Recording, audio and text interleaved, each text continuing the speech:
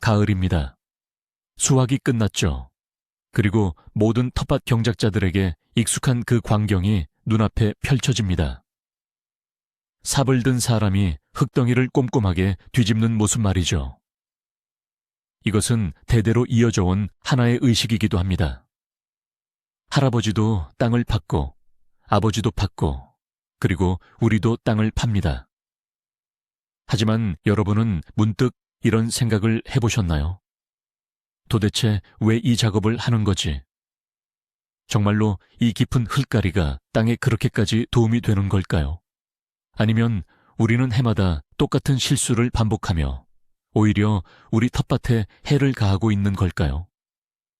오늘은 오래된 관습은 잠시 접어두고 과학이라는 현미경으로 가을철 땅 뒤집기 작업을 분석해 보겠습니다. 이 영상이 끝날 무렵에는 여러분의 삽이 창조의 도구인지 아니면 파괴의 도구인지 분명히 알게 될 거라고 약속드립니다. 아참, 여러분은 밭을 파시나요? 안 파시나요? 지금 바로 댓글로 알려주세요. 영상 끝에 여러분의 생각이 바뀌었는지 한번 확인해 봅시다. 자, 그럼 잠시 과거로 돌아가 보죠.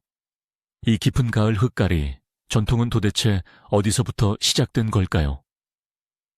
예전에는 텃밭이 많은 가정의 주된 식량 공급원이었습니다. 당시 이 방법은 거의 유일하고 올바른 방식으로 여겨졌죠. 첫째, 이것은 쇠뜨기나 발행이 같은 다년생 잡초를 처리하는 주요 방법이었습니다. 현대적인 제초제가 없던 시절에는 삽이 바로 가장 중요한 무기였으니까요. 둘째, 주된 거름인 퇴비를 넣기 위해서였습니다. 퇴비가 작물 수확에 제대로 작용하도록 깊숙이 묻어줘야 했기 때문입니다. 셋째, 겨울 동안 땅 위에 남겨진 커다란 흙덩이가 더 잘 얼어붙어 해충들을 죽이고 점토질 토양의 구조를 개선한다고 믿었습니다. 꽤 논리적이죠. 잡초, 비료, 그리고 해충. 이 세 가지 핵심 요소가 가을 흙가리의 모든 이론을 지탱하고 있었습니다. 하지만 토양과학은 멈추지 않았고 오늘날 우리는 우리 발밑에 땅속 삶에 대해 과거보다 훨씬 더 많은 것을 알게 되었습니다. 밭갈기를 주장하는 사람들의 핵심 논리부터 살펴보겠습니다. 바로 통기성 확보입니다. 여름 내내 단단하게 굳어진 땅에 삽이 들어가면 흙을 부드럽게 만들고 흙덩이를 잘게 부숩니다. 그 결과 토양은 산소로 가득 차게 되죠.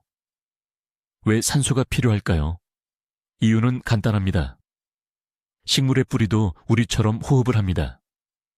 뿌리가 잘 자라고 발달하기 위해서는 산소가 필수적이죠. 단단하게 굳어버린 토양에서는 산소가 극도로 부족해집니다. 식물은 마치 숨이 막히는 것처럼 영양분 흡수를 제대로 못하고 결과적으로 작고 빈약한 수확량을 내게 됩니다. 밭을 뒤집는 것은 앞으로의 텃밭에 신선한 산소를 불어넣는 행위와 같습니다. 뜨거운 여름을 보낸 후 갈라지고 메마른 땅을 한번 상상해 보세요. 삽질을 통해 이 생명력 없는 딱딱한 지표면은 부드럽고 숨쉬는 폭신한 토양으로 변모합니다. 비가 오거나 눈이 녹았을 때 물이 표면에 고여 있지 않고 쉽게 땅속 깊이 흡수되어 봄에 사용할 수 있는 충분한 수분을 비축하게 됩니다. 언뜻 보기엔 이 모든 수고를 정당화할 수 있는 명확하고 확실한 장점입니다. 우리는 땅에 활력을 주고 마음껏 숨 쉴 기회를 주는 것이니까요. 흙 속 공기순환, 즉 통기에 대해 좀 더 자세히 알아봅시다. 산소는 비단 뿌리뿐만 아니라 토양 속에서 활발하게 움직이는 보이지 않는 생명에게도 필수적입니다. 우리의 가장 중요한 조력자인 수십억 마리의 호기성 박테리아들이 쉴 새 없이 열심히 활동하고 있죠. 바로 이 박테리아들이 유기물을 분해해서 식물이 쉽게 흡수할 수 있는 형태로 영양분을 공급합니다. 만약 산소가 부족하면 이 미생물들은 죽고 유기물 분해 과정은 멈추게 됩니다. 그러면 다른 종류인 혐기성 박테리아가 활동하면서 부패, 즉 썩는 과정이 시작됩니다. 이 과정에서 식물에게 해로운 황화수소 같은 물질들이 배출되죠. 따라서 우리가 흙을 뒤섞어 부드럽게 해줄 때 유익한 미생물들이 살기 좋은 환경을 조성해주는 셈입니다. 마치 방을 환기시켜주는 것과 같죠. 공기가 통하면 모든 생명체가 즉시 활력을 얻는 것처럼요. 깊게 경운하는 작업은 보통 공기가 닿지 않는 토양 깊은 곳까지 공기를 공급합니다. 이는 심층부에서도 유익한 미생물의 활동을 활발하게 만들어 강력하고 비옥한 토양층을 형성하게 합니다. 결국 우리 손에 쥐어진 4분 땅의 비옥도를 높이는 자연적인 과정을 시작하고 가속화하는 강력한 도구가 되는 것입니다. 자, 이제 흙을 깊이 뒤엎는 방식, 경작을 반대하는 사람들의 첫 번째이자 가장 강력한 반론입니다. 바로 구조의 파괴입니다. 우리는 흙을 부드럽게 만들 수는 있지만 그 대가는 무엇일까요? 흙은 단순히 모래, 진흙, 유기물의 혼합물이 아니라고 상상해 보세요. 흙은 그 자체로 복잡한 시스템이며 고유한 건축 구조를 가진 살아있는 유기체입니다. 수년간 흙 속에는 수조 개의 미세한 통로와 구멍들이 스며들어 있습니다. 죽은 식물의 뿌리, 지렁이와 다른 토양 생물들이 만든 통로들이죠. 이것이 바로 자연적인 모세관 시스템입니다. 이 시스템은 마치 혈관처럼 작동합니다. 가뭄 때는 깊은 곳에서 수분을 뿌리까지 끌어올리고 비가 올 때는 과도한 물을 지하로 배출합니다. 그런데 삽이 하는 일은 무엇일까요? 삽은 자연이 만든 이 독특한 구조를 무자비하게 파괴합니다. 우리가 흙덩이를 뒤집는 순간 이 섬세한 모세관 망 전체가 찢어집니다. 흙은 혼란스러운 덩어리로 변합니다. 맞습니다. 뒤엎은 직후에는 흙이 폭신폭신합니다. 하지만 첫 번째 비가 제대로 내린 후에는 흙이 가라앉고 단단히 뭉쳐서 이전보다 훨씬 더 밀도가 높은 하나의 덩어리 모놀리스가 되어버립니다. 우리가 단 하루 만에 파괴한 것을 자연이 복구하는 데는 수년의 시간이 걸릴 것입니다. 흙 구조를 파괴했을 때 발생하는 피해에 대해 계속 이야기해 보겠습니다. 이 중요한 토양 모세관 현상을 돋보기로 들여다보겠습니다. 이 시스템이 왜 중요할까요? 이 시스템은 등유 램프의 심지처럼 작동합니다. 이 원리를 통해 흙 표면이 완전히 말랐을 때조차도 아래쪽 깊은 층에서 뿌리 영역까지 수분을 끌어올릴 수 있습니다. 이것이 바로 가뭄 기간 동안 작물을 구하는 자연적인 자동 급수 시스템입니다. 그런데 흙을 뒤엎는 경운 작업을 하면 우리는 이 심지를 끊어버리게 됩니다. 깊은 곳에서 수분을 공급받지 못하는 흙의 표면층은 훨씬 더 빨리 마르게 됩니다. 결국 우리는 텃밭에 물을 더 자주 주어야 하고 물과 에너지를 낭비하게 됩니다.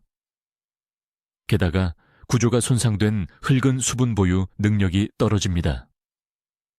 느슨하고 구조화되지 않은 흙은 비가 온 뒤 물을 빨리 흡수하지만 증발을 통해 그 물을 다시 빠르게 잃어버립니다. 반면 스펀지처럼 구조화된 흙은 많은 양의 수분을 흡수하고 이를 점진적으로 내어줍니다. 결국 우리는 물과 공기의 순환을 개선하기 위해 흙을 파헤치지만 장기적으로는 오히려 상황을 악화시키는 역설에 빠지게 되는 것입니다. 이제 장점에 대해 다시 이야기해 보겠습니다. 잡초 제거. 이것이 아마도 사람들이 가을에 삽을 들게 만드는 가장 큰 이유 중 하나일 겁니다. 우리가 주로 다루는 것은 띠풀, 지치, 엉겅퀴와 같은 다년생 뿌리줄기 잡초입니다. 이들의 강력한 뿌리줄기는 땅속 깊이 박혀 혹독한 겨울도 견뎌낼 수 있습니다. 하지만 가을에 땅을 파 뒤집으면 이 뿌리들이 지표면으로 노출됩니다. 흙의 보호를 잃은 뿌리는 바람에 말라버리거나 첫 서리가 내릴 때 바로 얼어 죽게 됩니다. 이것은 화학약품을 사용하지 않고도 악성 잡초들을 제거하는 매우 효과적인 방법입니다. 봄이 되면 잡초의 양이 눈에 띄게 줄어들었음을 확인할 수 있습니다. 이때 삽은 마치 쟁기와 같이 작동합니다. 땅속에 숨은 적, 잡초를 끌어내어 싸움터에 무방비 상태로 남겨두는 것입니다. 게다가 땅을 뒤집을 때 우리는 뿌리줄기를 여러 조각으로 자르게 됩니다. 많은 분들이 이것이 오히려 번식을 돕는다고 생각하지만 가을에 이 작업을 하면 이야기가 다릅니다. 약해진 뿌리 조각들은 추위가 오기 전에 땅에 단단히 뿌리 내리지 못하고 결국 모두 죽게 됩니다. 잡초가 어떻게 제거되는지 그 원리를 좀 더 자세히 알아볼까요? 모든 잡초가 삽질에 똑같이 약한 건 아닙니다. 하지만 특정 잡초에게 가을경운 가을에 땅을 파는 것은 그야말로 치명적이죠. 예를 들어 서양 개밀 콱그라스. 같은 강한 잡초를 생각해 봅시다. 이 잡초는 휴면 상태의 눈이 빽빽하게 박힌 옆으로 뻗은 하얀 뿌리줄기 아리솜가 강점입니다. 가을철에 땅을 깊이 파면 이 뿌리줄기들이 표면 위로 노출됩니다. 서리는 본질적으로 얼음 결정입니다. 이 얼음 결정은 식물의 연약한 조직을 세포 수준에서 찢어버리죠. 일단 표면에 노출된 개밀의 뿌리줄기는 이 과정 앞에서 속수무책입니다. 민들레나 소리쟁이 같은 잡초의 뿌리에도 똑같은 원리가 적용됩니다. 흙 위로 뽑혀 올라온 이들의 굵은 원뿌리는 겨울 추위에 그대로 얼어 죽게 됩니다. 여기서 아주 중요한 팁이 있습니다. 최대 효과를 보려면 땅을 판 후에 흙을 괭이나 갈퀴로 굳이 평평하게 고를 필요가 없습니다. 오히려 큼직큼직한 흙덩이를 그대로 두어야 합니다. 그래야 얼어붙는 면적이 넓어지고 잡초 뿌리가 다시 땅속으로 숨어드는 것을 막을 수 있습니다. 그러니 여러분의 주요 골칫거리가 다년생 잡초의 창궐이라면 가을 경우는 소중한 수확물을 지키기 위한 이 힘든 싸움에서 가장 믿음직한 아군이 되어줄 수 있습니다.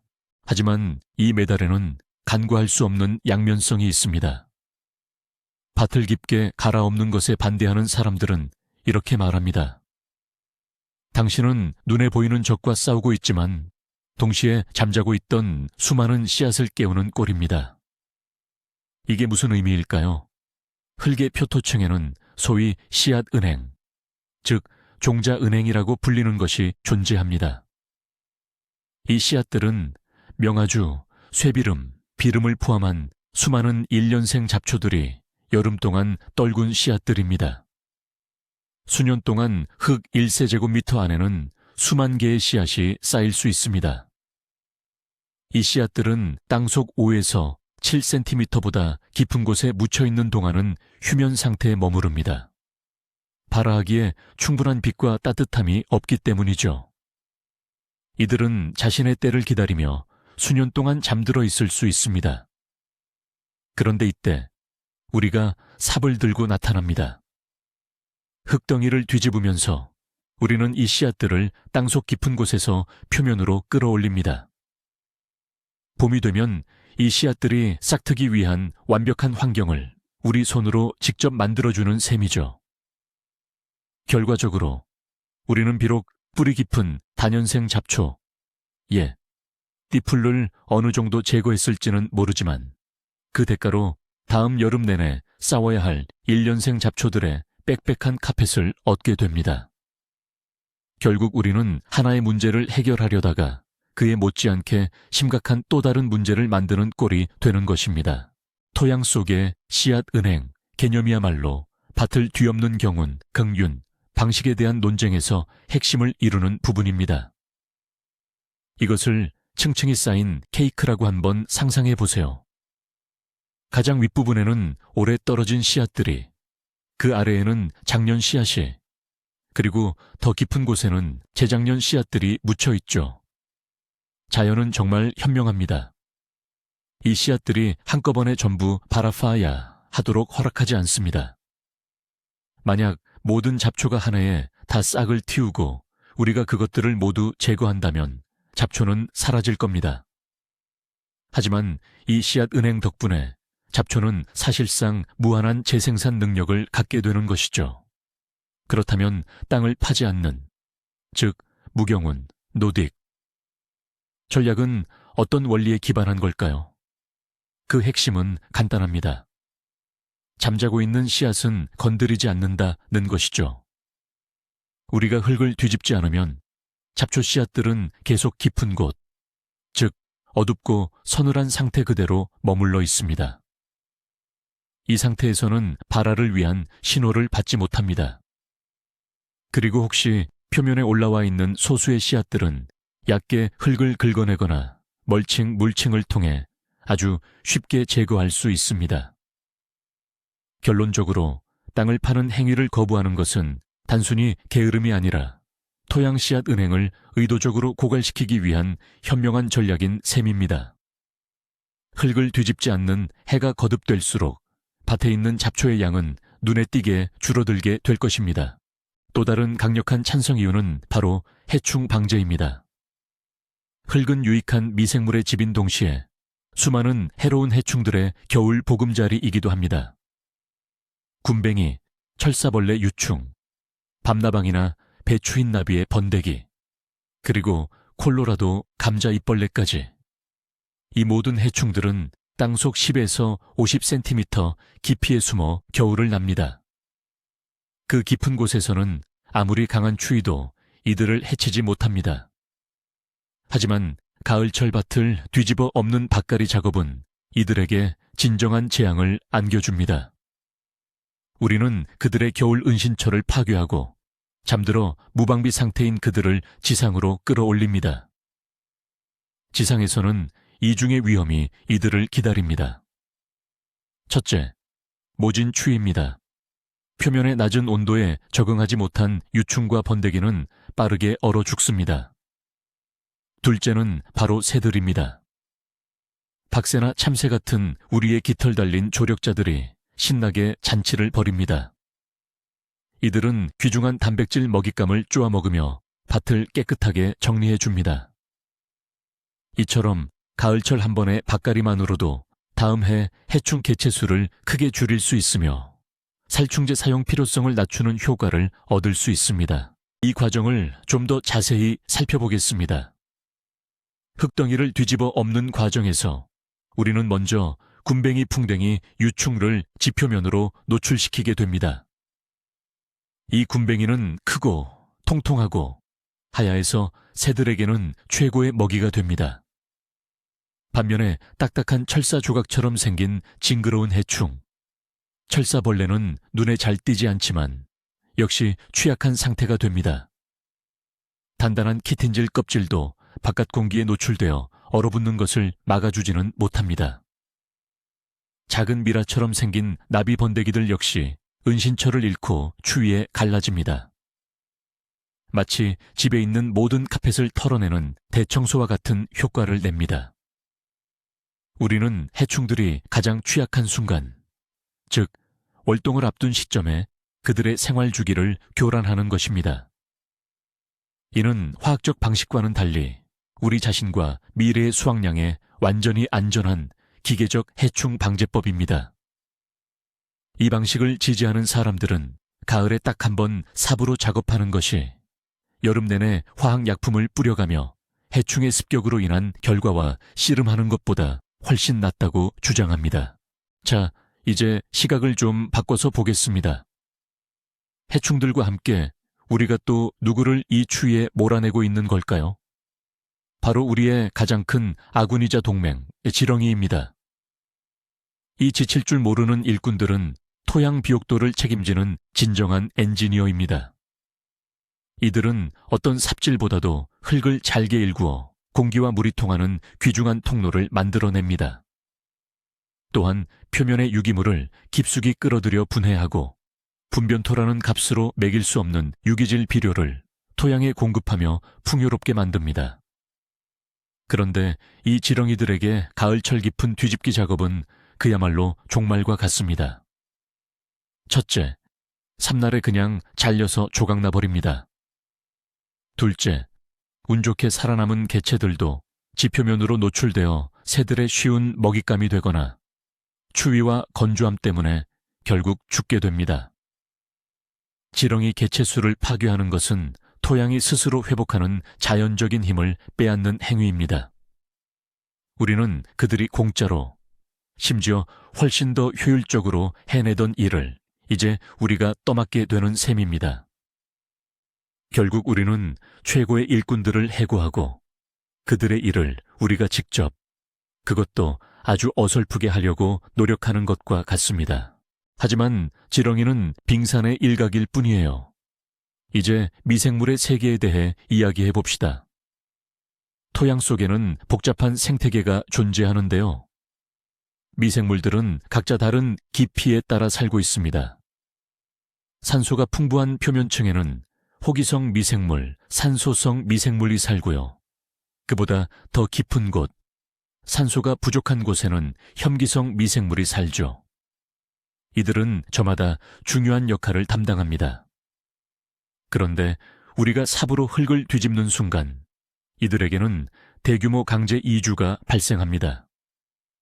호기성 미생물은 깊은 곳에 묻혀서 질식해 죽게 되고요. 반대로 혐기성 미생물은 신선한 공기가 독약인 표면 위로 끌어올려집니다. 우리는 수년간 정착된 미생물 균형을 완전히 깨뜨리는 거죠. 이건 마치 심해 생물을 육지에 버리고 육상 동물을 바다에 던져 넣는 것과 같습니다.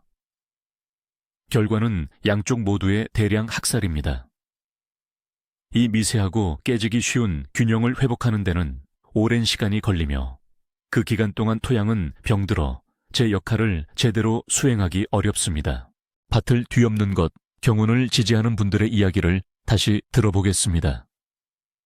그들이 내세우는 핵심 주장은 바로 비료주기 편리성입니다. 다가오는 시즌을 위해 토양의 영양분을 채우는 데는 가을이 가장 좋은 시기입니다. 특히 퇴비나 부엽토 같은 장기적으로 효과를 보는 유기질 비료를 사용할 때 더욱 그렇습니다.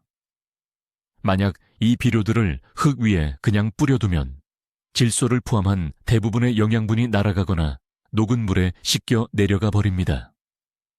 유기질 비료가 제대로 효과를 내려면 흙 속에 묻어 넣어 땅과 잘 섞어줘야 합니다. 이 작업에는 당연히 삽이나 경운 작업이 필요합니다. 흙을 파주면 비료를 뿌리가 활발히 활동하는 20에서 30cm 깊이의 층에 고르게 섞어줄 수 있습니다.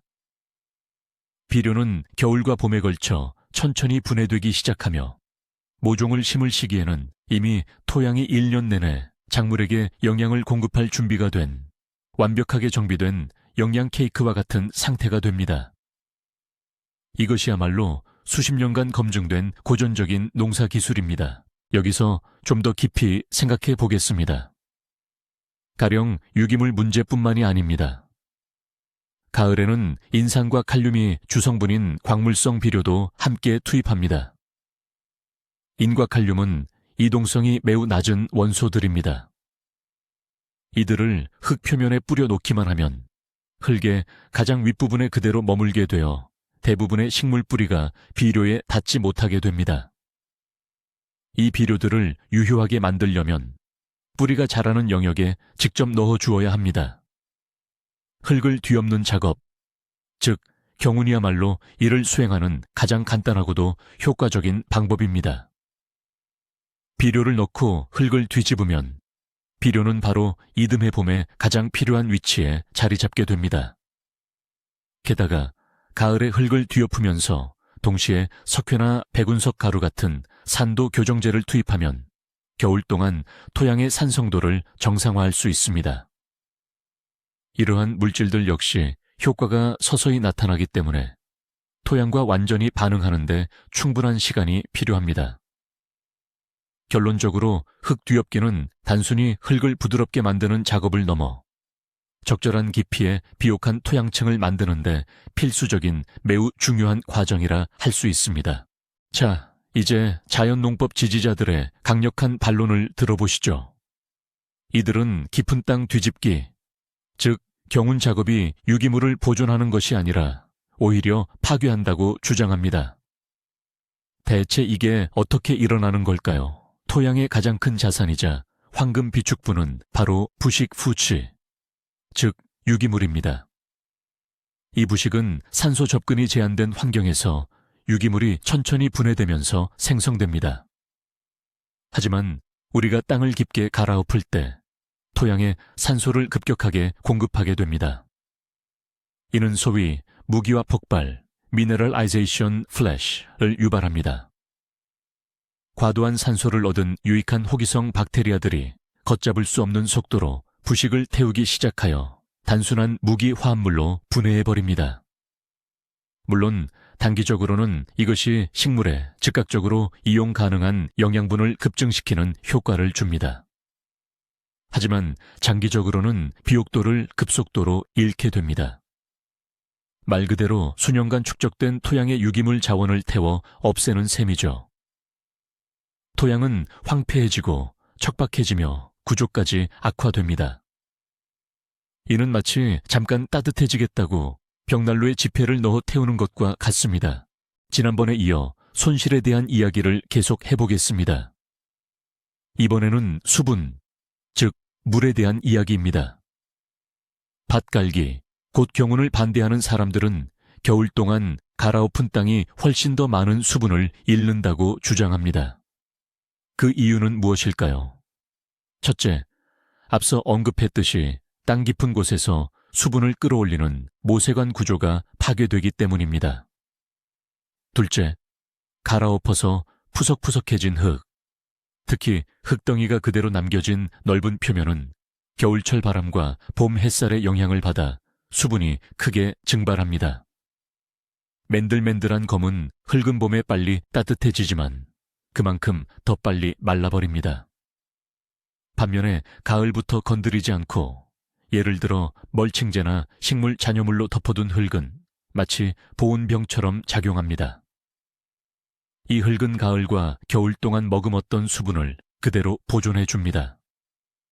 봄이 되어 이런 덮개 밑을 보면 땅은 축축하고 살아있으며 따로 물을 줄 필요 없이 바로 파종할 준비가 되어 있습니다.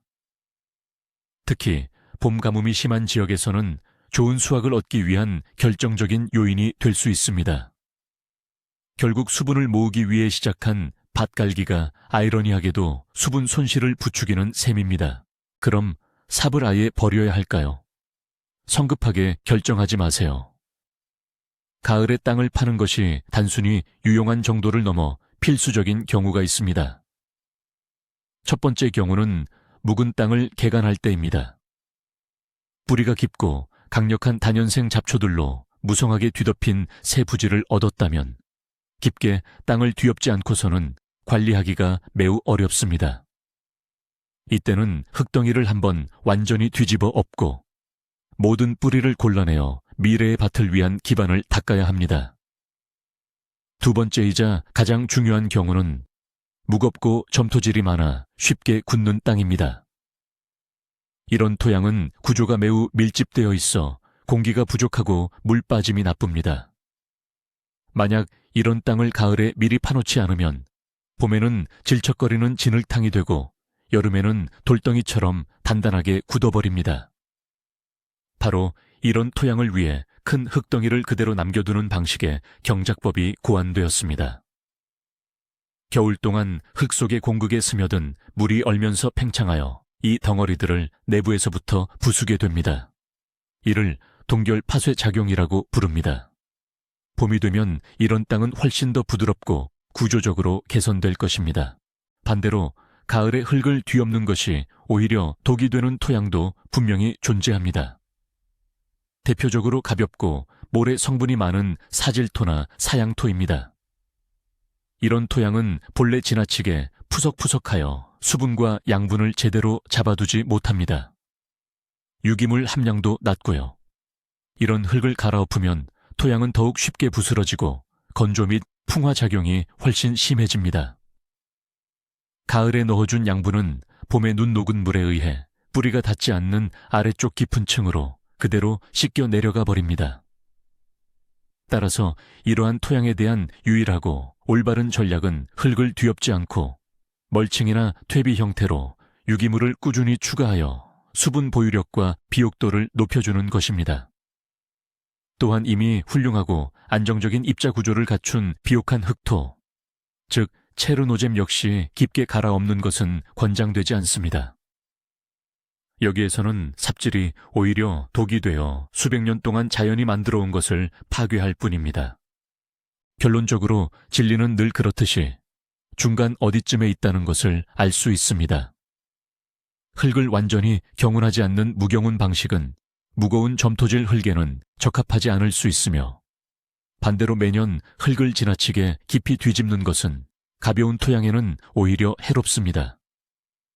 그렇다면 해답은 무엇일까요? 바로 절충입니다. 삽 깊이만큼 땅을 깊게 파는 대신 5분 7cm 정도만 표면을 얕게 긁어주는 방식, 즉 표면 경운을 사용할 수 있습니다. 이를 위해 포킨 평경사 플랫 커터이나 경웅이 같은 특수 도구들이 있습니다. 이러한 방식의 경우는 겉흙의 통기성을 좋게 하고 싹을 틔운 잡초를 제거하며 씨앗이나 비료를 흙 속에 묻어주는 효과가 있습니다. 동시에 깊은 토양 구조를 해치지 않고 지렁이나 주요 미생물들에게도 피해를 주지 않습니다. 이는 두 가지 방식의 장점만을 취한 일종의 황금률입니다. 표면층의 통기성은 개선하면서도 토양의 살아있는 구조는 그대로 보존하는 것입니다. 이 방법은 대부분의 토양 유형에 적합하며 전통적인 텃밭 관리에서 자연 농법으로 넘어가는 훌륭한 과도기적 단계가 될 수 있습니다. 자, 이제 가장 진보적인 대안, 바로 노틸, 노딕 방식, 즉 흙을 파지 않는 농법에 대해 알아봅시다. 이 방법의 핵심은 자연의 순환 과정을 완전히 모방하는 것입니다. 숲을 한번 생각해 보세요. 아무도 숲속의 땅을 파헤치지 않지만 땅은 늘 부드럽고 촉촉하며 비옥합니다. 왜 그럴까요? 땅이 항상 낙엽층, 즉 자연적인 멀칭제로 덮여 있기 때문입니다. 우리는 텃밭에서도 똑같이 할 수 있습니다. 땅을 뒤엎는 대신 깎은 잔디, 짚, 낙엽, 퇴비 등 두꺼운 유기물 멀칭층으로 밭을 덮어주는 것입니다. 이 덮개층은 토양이 마르는 것과 침식을 막아주고 잡초 성장을 억제합니다. 시간이 지나면서 이 유기물들은 분해되어 지렁이와 미생물의 먹이가 되고 결국 부식토 후무스로 변해갑니다. 추가적으로 녹비작물, 즉 푸른 거름을 심을 수도 있습니다. 녹비작물은 뿌리로 흙을 부드럽게 만들고 베어낸 녹색 줄기는 다시 훌륭한 멀칭제로 사용됩니다. 이 방식은 기존의 방식과 다른 사고방식의 전환이 필요하지만 장기적으로는 스스로 치유하고 회복하는 건강하고 매우 비옥한 토양을 만들어줍니다. 자, 그럼 저희의 과학적 탐구 결과를 한번 정리해 보겠습니다. 보시다시피 흙을 파야 할까요? 말아야 할까요? 라는 질문에는 명확한 정답이 없습니다. 바로 이게 핵심이었죠. 저희는 흙을 뒤엎는 것, 경운, 이 강력하지만 굉장히 거친 도구라는 것을 알게 되었습니다. 특히 딱딱한 점토질 흙에서는 통기성을 높이고 단연생 잡초나 해충을 방지하는 데 유용할 수 있습니다. 하지만 그 대가는 흙의 고유한 구조를 파괴하고 지렁이와 유익한 미생물을 죽이며 잡초 씨앗 은행을 깨우고 소중한 부식토 후무즈를 잃는 것입니다. 현대 농업과학은 겉흙을 살짝 긁어주는 방식이나 멀칭 물칭과 녹비 작물을 적극적으로 활용하는 무경운 노딕, 기술과 같은 더 온건한 방법으로 기울고 있습니다. 우리가 내려야 할 핵심 결론은 이겁니다. 전통을 맹목적으로 따르는 것을 멈추고 여러분의 땅을 이해하기 시작해야 합니다. 흙을 자세히 들여다보고 직접 만져보고 그 유형을 파악하세요. 오직 그 후에야 땅에 필요한 것이 삽을 이용한 깊은 외과적 수술인지 아니면 유기물을 활용한 조심스러운 치료인지 결정해야 합니다. 영상을 끝까지 시청해 주셔서 감사합니다. 이 영상이 여러분께 유익했기를 바랍니다. 채널 구독과 좋아요 버튼 누르는 것 잊지 마세요. 자, 이제 중요한 질문입니다. 오늘 내용을 모두 들으신 후 여러분은 여전히 삽에 대한 충성심을 지키시겠습니까? 아니면 이번 가을에 새로운 방식을 시도해 보시겠어요? 댓글로 여러분의 토양 유형과 내린 결정에 대해 이야기해 주세요.